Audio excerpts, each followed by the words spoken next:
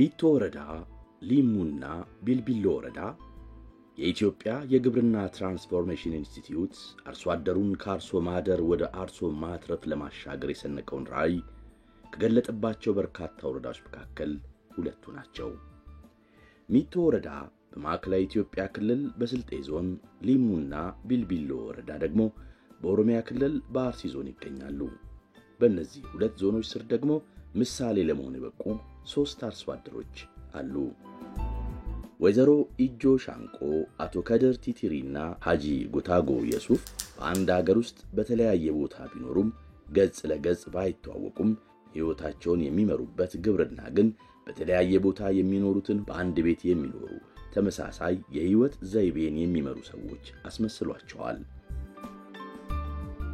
እንደ ወይዘሮ ኢጆ ሻንቆ፣ አቶ ከድር ቲቲሪና ሐጂ ጉታጎ የሱፍ ሁሉ ግብርናችን የአየር ንብረቱ፣ የምርት አይነቱ፣ መጠኑ፣ ስፋቱ፣ መልክዓ ምድሩ፣ መሬቱ፣ ብዝሃ ሕይወቱ ቢለያይም በረከቱ፣ ጉዳቱና ሕይወቱ ግን ከሞላ ጎደል ተመሳሳይ ነው።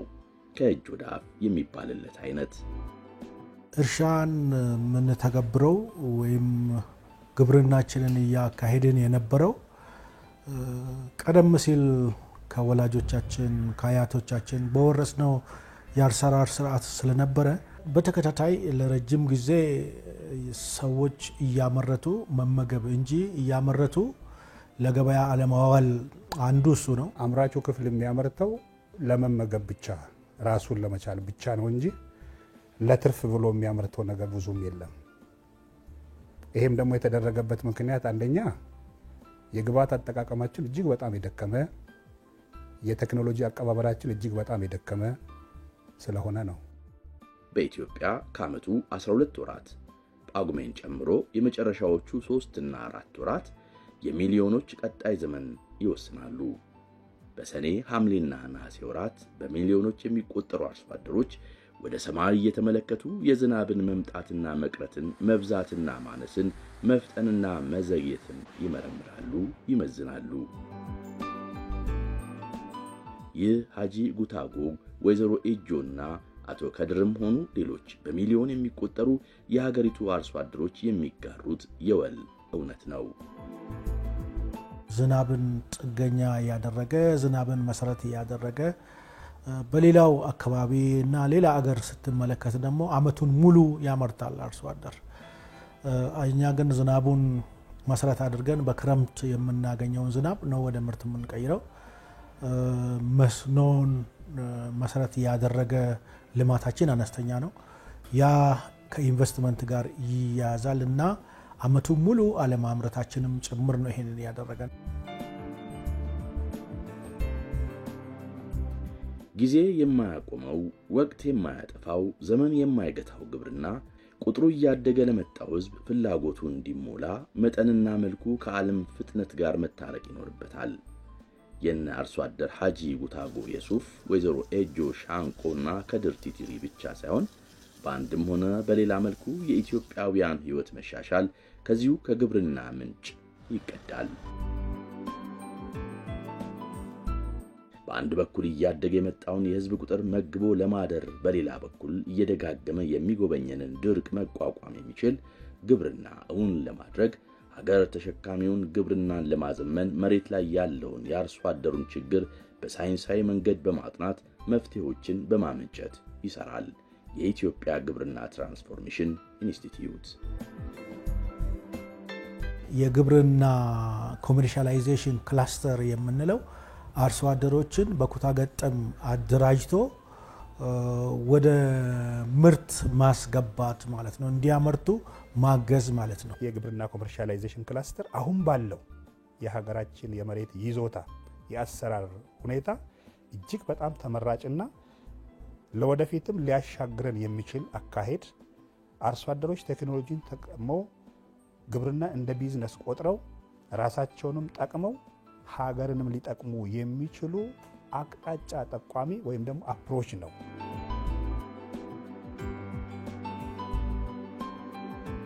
የኢትዮጵያ ግብርና ትራንስፎርሜሽን ኢንስቲትዩት በአገሪቷ በተለያዩ ክፍሎች ላሉ አርሶ አደሮች ካስተዋወቃቸውና ውጤት ካስመዘገባቸው ስራዎች የግብርና ኮሜርሻላይዜሽን ክላስተር ፕሮግራም አንዱ ነው።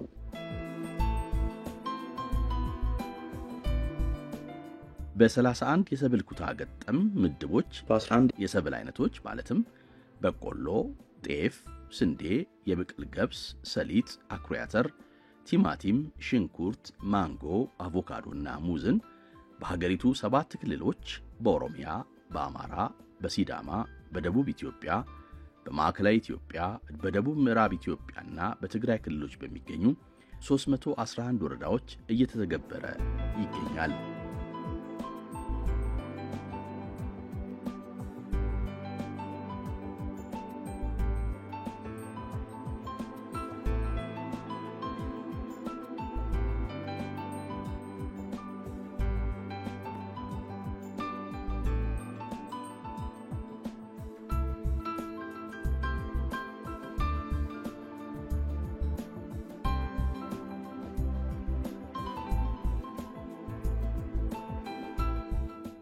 በኦሮሚያ ክልል በአርሲ ዞን በሊሙና ቢልቢሎ ወረዳ በበርከሌ አካባቢ ልዩ ስሙ በጭባ ሚካኤል ውስጥ ከድር ቲቲሪ ተብሎ የተሰየመ ክላስተር አለ። ይህም ለአቶ ከድር ቲቲሪ ብርታትና ትጋት የሰጠ የእውቅና ዘውድ ነው። በዚህ ክላስተር 28 አርሶ አደሮች 27 ሄክታር ማሳ ላይ የኑሯቸውን መሰረት አጽንተዋል። አቶ ከድር ቲቲሪ ምንም እንኳን መሬት አብቅላ በረከቷን እንደምትለግሳቸው በማመናቸው የማሳ ዝግጅታቸውን ከክላስተሩ ቀደም ብሎ ጀምረዋል። የክረምት መባቻ ነውና ቀድሞ መሬት በሚገባው ልክ ታርሶ ለስልሶና ርሶ ለዘር ዝግጁ እንዲሆን ስለሚጠበቅ እያንዳንዷን ቀን ልፋት ያጅባታል። ብርቱ ትግል በቀየረው ጎጇቸው በእግራቸው የሚተኩትን እያነጹ የልፋት ቱርፋት እያቃመሱ ነገን በዛሬ እያጸኑ ቀጥለዋል። ድሮ ዘመቻ ሄጃለሁ ወታደር። ከዛ ከመጣሁት ይኸው እርሻ ላይ ነው የሚገኘው። ፊት ቅድማ ሆኜ ብዙ ሰዎችን አስተምራለሁ። ጥሩ ኑሮ ላይ ነው የሚገኘው።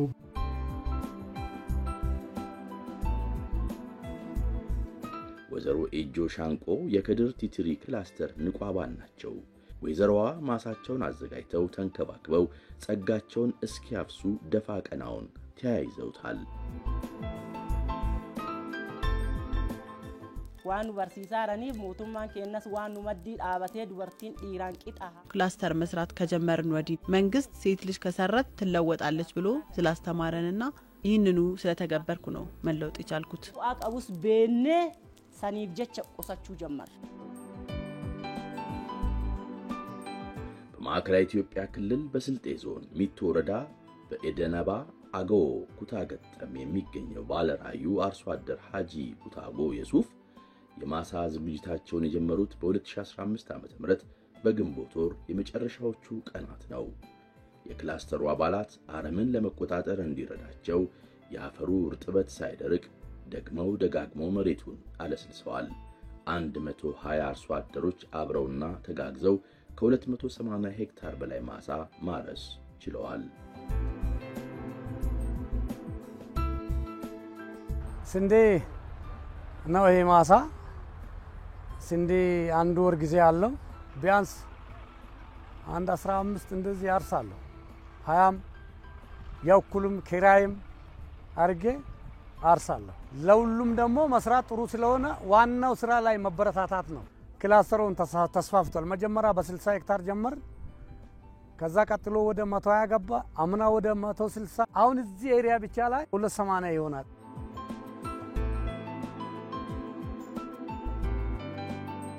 የመሬት ቅድመ ዝግጅቱ ባልተሟላበት ግብአት መጠቀም ያናክልም ስላልሆነ ቀድሞ የማሳ ዝግጅቱን አንደኛ ክላስተር የጠበቀ ሁኔታ በክላስተር እንዲያለሙ፣ ሁለተኛው በክላስተር እንዲያለሙ ከተግባባን በኋላ የማሳ ዝግጅት ላይ በጥልቀት እንዲሄዱ እያደረግን ያለንበትና በዛ መልኩ ቢያንስ ከ1 እስከ 5 ጊዜ ማሳ በድግግሞሽ እንዲታረስ እያደረግን ያለንበት ሁኔታ ነው የነበረው።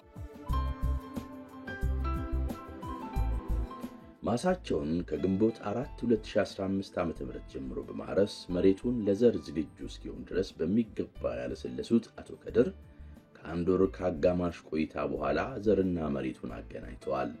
ባለሰለሱት መሬት ላይ ምርጥ ዘራቸውንም ዘርተዋል።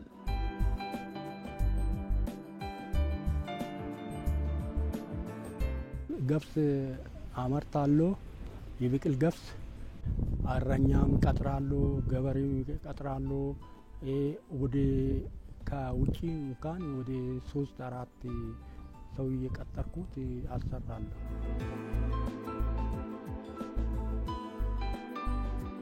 ወይዘሮ ኢጆ ሻንቆና መላ ቤተሰባቸው የሚጠበቀውን ውጤት እየናፈቁ በጋራ ይለፋሉ። ዝናብ ያራሰውን ማሳቸውን ተመላልሰው ዘር መብቀል እስኪችል ያጅቡታል።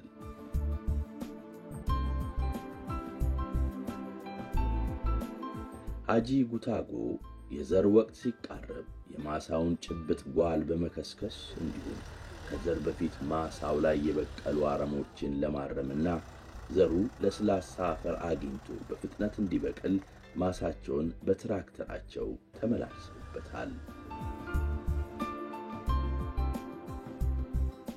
ሌላ ሰው ሲያዘጋጅ የኔ ማሳ ስንፍናን ይከላከላል።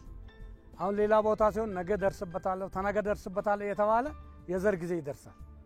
አሁን ይሄ ምንም ጊዜ አይሰጥም። ስራው ራሱ ጊዜ አይሰጥም። አንዱ በደንብ አሳምሮ አርሶ ሁሉ ነገር ዝግጅ አድርጎ እኔ ምን እየመሰልኩ ነው ብዬ ራሴን አዘጋጃለሁ። አቶ ከድር ቲቲሪ ሐሳባቸው ቅርጽ ይዞ ልፋታቸው ፍሬ አፍርቶ ከ2 ወራት ቆይታ በኋላ ማሳቸው አረንጓዴ ሆኖ ብቅ አለ። ቡቃያው እንዲያሽት ፍሬው እንዲጎላ አብሮት የበቀለውን አረም ከስሩ ነቅለው አቅሙን አጠናክረውታል። ይህ የወይዘሮ ኢጆ የአሸናፊነት መንፈስ ያለበት መሬት ጊዜና ትዕግስትን በእጅጉ ለሚፈልገው የእርሻ ሥራ ራሳቸውን ሰጥተው በገንዘብ የማይተመነውን ሐሴት ከጥንካሬ ጋር ሸምተውበታል። ማሳው አረንጓዴ ለብሶ ተስፋቸውን ቢያቀርብም ዛሬም እንክብካቤና ክትትል ይፈልጋልና ከስሩ አይጠፉም። ዓይንም ልብንም ከሚሞላው ማሳ ገና ብዙ ይጠብቃሉ።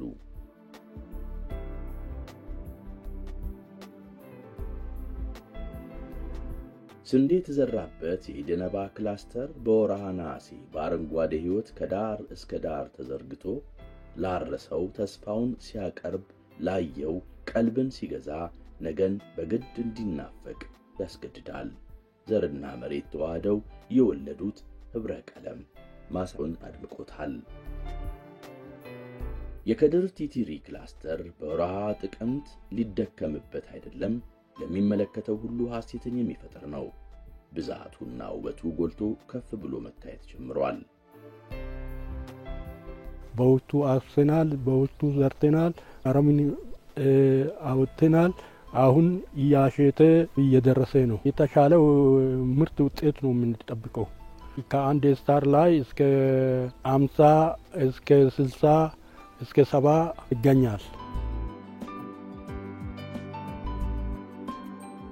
አርሶ አደሮቹ በጥቅምት ወር አጋማሽ የስንዴ ማሳቸው ፍሬው በሽፋኑ ውስጥ በትክክል ሲጠናከርና መልኩ ወደ ቢጫ ሲቀየር የሰብል መሰብሰቢያ ጊዜው እንደደረሰ ያውቃሉ። ከጥቅምት 30 እስከ ህዳር 2 2016 ዓ.ም በኢደነባ ክላስተር ከ5 ወራት በላይ የለፉበትን የስንዴ ምርት ወደ ማከማቻ መጋዘኖቻቸው አስገብተዋል።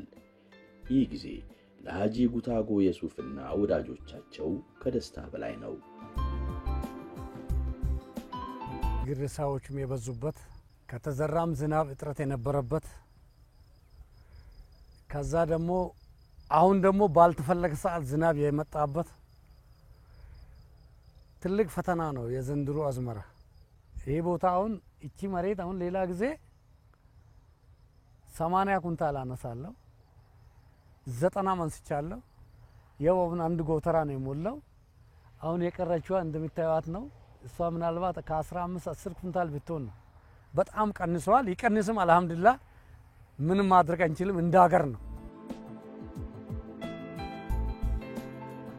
የከድር ቲቲሪ የክላስተር አባላት የ8 ወራት የጥንካሬና የጽናት ጊዜን ከማሳዎቻቸው ጋር አሳልፈው ከታህሳስ አጋማሽ ጀምሮ ምርቶቻቸውን ሰብስበው ጎተራዎቻቸውን ለመሙላት በቅተዋል። አቶ ከድር ቲትሪም ለ8 ወራት ያልነጠፈው ጉልበት ጋር ድካምን ለመካስ ምርታቸውን ለማየት ደርሰዋል። ምርት አሰባሰብ ላይ ዘንድሮ ትንሽ ዝናቡ በፈለግን ጊዜ አልመጣም። ከዛ ደግሞ ባልፈለግነው ጊዜ ደግሞ ዘነበ። ትንሽ ምርቱ ላይ ትንሽ እንትን ስላለ አሰባሰቡ ላይ ደግሞ ኮምባይነርም አገኘን። በቃ ቆንጆ ነው ሁኔታው።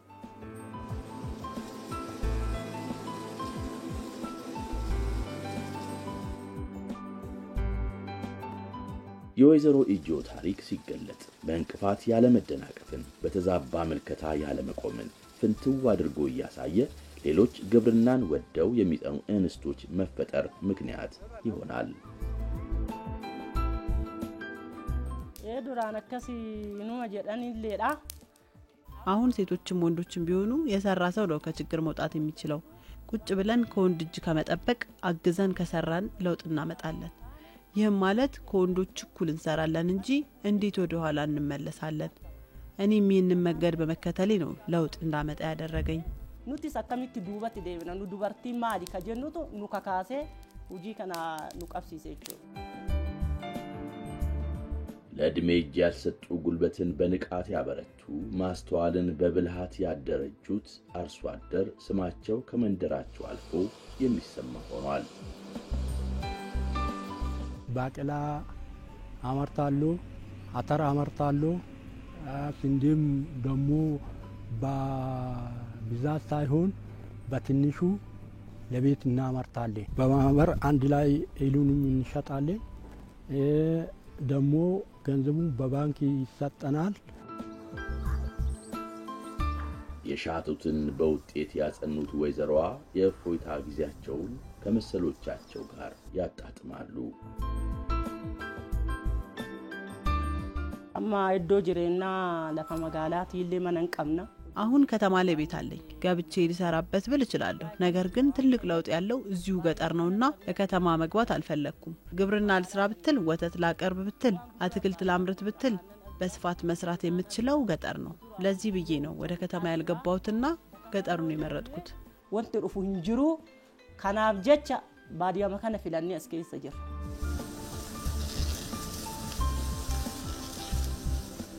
ዛሬ ለሃጂ ጉታጎ ትንሿ ማሳቸው ከራሳቸው ተርፋ ሌሎችን ማገዝ የሚያስችል የእርሻ ትራክተሮች አስገኝታለች። በተወሰነ መሬት መጠን አልባ ልፋት ለአካባቢው ማህበረሰብ ዘመናዊነትን ዋጅተው እንዲነቃ ምክንያት ሆነዋል።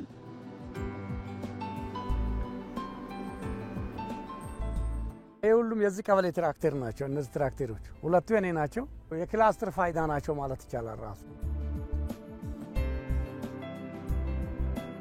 የኢትዮጵያ ግብርና ትራንስፎርሜሽን ኢንስቲትዩት ዘመኑን የዋጁና የአርሶ አደሩን ችግር ሊቀርፉ የሚችሉ ጥናቶችን በማካሄድ በሀገሪቱ የሚታየውን ሰፊ የግብርና ልማት ውስንነቶችን በመለየት ዘላቂነት ያለው መዋቅራዊ ለውጥን ማረጋገጥ የሚያስችሉ ተግባራትን ነድፎ በመስራት ላይ ይገኛል። እንዲሁም በግብርና ሴክተር ውስጥ የግብርና መዘመንን የሚያበረታቱና ወደፊት የሚያራምዱ ፕሮጀክቶችን በመቅረጽ በቀዳሚነት ይመራል።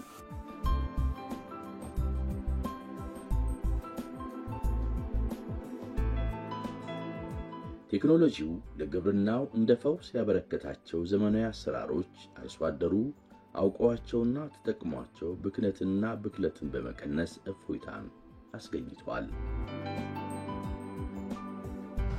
ድሮ በበሬ ይወቃል፣ በውዱማ ብዙ ሰው ነው ትንሽ ኩንታል ለማንሳት። አሁን ዝናብ ደርሶበታል፣ ረጥቧል፣ ደርቋል።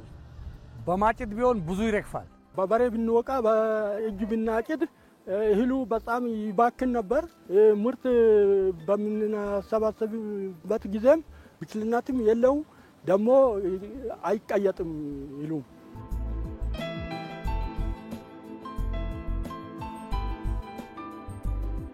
ገራገሩማ ጉዳ ቀባ ክላስተራን ሆጀቹ ፊ የሮኒ ሰንዱረ ሁጀነ በክላስተር መስራት ከጀመርን ወዲህ ትልቅ ለውጥ እያየን ነው። በሙሉ ሌላ ሰብል ስለማይዘራና ተመሳሳይ ሰብል አንዴ በጋራ የሚዘራ በመሆኑ አረም ለማረም ለማጨድም ሆነ ለመውቃት አንቸገርም። በጋራ የሚከናወን በመሆኑ ሲበዛ ምቹ ነው። ሃማ ፊሌ ጊዜ ተኮ ሃማ ማዋን ተኤፍ ስርቲ በዋ ጉዳባ የክላስተር ዝግጅት ከእርሻ ይጀምራል። ይሄ በቃ በጣም ያበረታታል። ምክንያቱም ራሱን ሰው ማታ አይተኛም። በቃ ከዛ ሰው ለመድረስ ክላስተር ከጀመርን ነው እንደው እርሻ አረስን ማለት የምንችለው ከዛ አንፃር ነው። ክላስተር በጣም ለውጥ አምጥቷል። በጣም ሰዎችን አበረታተዋል። እኔም ራሴ ጥሩ ፋይዳ ሰጥቶኛል። ክላስተር ከመጀመራችን በፊት ያው በተናጠል ነበር የምናርሰው። ያኔ በጣም አይመችም ነበር። አሁን በክላስተር ከጀመሩ በኋላ ዘርም በጊዜ እናገኛለን። መሬቱም በጊዜ ይታረሳል። ሰነፍ ገበሬና ጠንካራ ገበሬም ይሰራል። የገበያ መር ኩታ ገጠም አስተራረስ በግብርናውና በአርሶ አደሩ ላይ ለሚታዩ ተከታታይ ለውጦች በአርሶ አደሩ ዘንድ ገቢ መጨመርን በሰፊው ያንጸባርቃል። አርሶ አደሩ በድካሙ ያተረፈውን ምርት በቤት ውስጥ ከመጠቀም ባሻገር ለገበያ የሚውል የተትረፈረፈ ምርት ባለቤት መሆንን ያሳያል። ገንዘቡን እንቆጥባለን። ያለውን ገንዘብ ለቤተሰባችንም ለኑሮችንም እናደርጋለን። በቃ ጥሩ ሁኔታ ነው። ለገበያም ተርፈናል። ክምችቱም አለ። አሁንም የማሳ ክምችት ነው። ገበያም አወዳድረን እንሸጣለን። በአፍሪካ ያለበት ነው የምንወስደው። ጥሩ ነው። አሁንም አለ፣ አላባከን። ድሮ ያኔ ከምግብ ፍጆታም አያልፍም። አሁን ጥሩ ለገበያም እያቀረብን ነው። አከ ዱራኒ ራማ ገክላስተር ከነት ደብኔ ወንቲ ጂጂ በክላስተር መስራት ከጀመርን ወዲህ የተሻለ ምርት ማምረት ጀምረናል። ከቀለብ ተርፎን ለገበያ በስፋት እያቀረብን ነው። በመናገኘው ገቢ እየተለወጥን ነው። በባንክ መቆጠብ ጀምረናል። በጣም እየተለወጥንበት ነው። ባንክ ይልካወኔ ቁሰኔ ስርት ትንጅጅራምኔ ጅር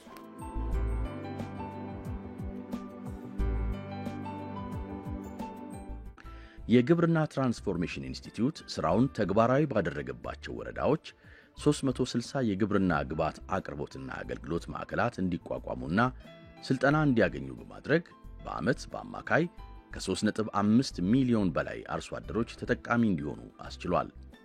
እንዲሁም ለአርሶ አደሮች የተሻሻለ ዘር በማቅረብ ረገድ 17 በመቶ የሚሆነውን አገራዊ የዘር ፍላጎት መሸፈን የቻሉ ለ19 የህብረት ሥራ ማህበራት አቀፍ የዘር ብዜትና ለ3 የግል የዘር አባዢ ድርጅቶች መጠነ ሰፊ ድጋፍ አድርጓል። ኢንስቲትዩቱ 9 የግብርና ሜካናይዜሽን አገልግሎት ማዕከላት እንዲገነቡ ያደረገ ሲሆን በአሁኑ ጊዜ 8ቱ ተጠናቀዋል። እነዚህ ማዕከላት ለአካባቢው የክላስተርና ሌሎችም አርሶ አደሮች የሜካናይዜሽን አገልግሎት እያገኙ የሜካናይዜሽን ኦፕሬተሮችና ቴክኒሻን እንዲሰለጥኑበት የማሽነሪ ስፔር ፓርት የሚገኝበትና የጥገና ሥራ የሚሰራበት ነው። ከነዚህ ማዕከላት ብቻ በአመት በአማካይ ከ40 ሺህ በላይ የአነስተኛ ይዞታ አርሶ አደሮችን ተጠቃሚ እያደረጉ ይገኛሉ።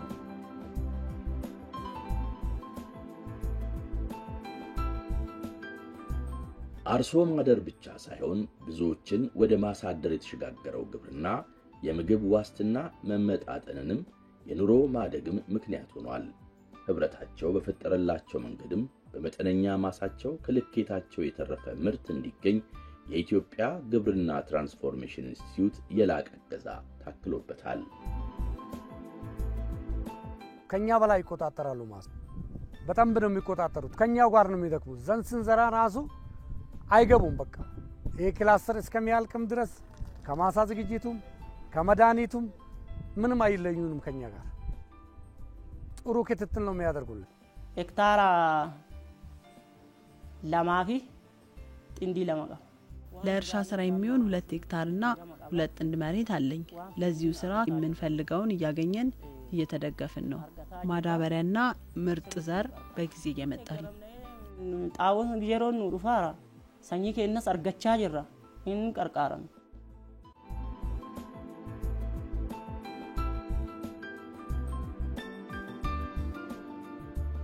በጋራ ለመስራት ጉልበት በሆናቸው ህብረት ኩታ ገጠም አስተራረስን ተከትለው ቴክኖሎጂን ቤተኛ አድርገው አዲስ የግብርና ዘይቤን ይለማመዱት ይዘዋል አርሶ አደሮቹ። ከልፋት እኩል የማያስገኘውን ድካም በቅንጅት አብርተው የችግራቸውን መፍትሄ ከደጃቸው ማግኘት ጀምረዋል። አሁን ላይ ግብርና በዚህ ስፍራ ትርጓሜው የተለየ ነው። ሂደቱም ዘርን ዘርቶ ምርት ከመሰብሰብ አልፏል።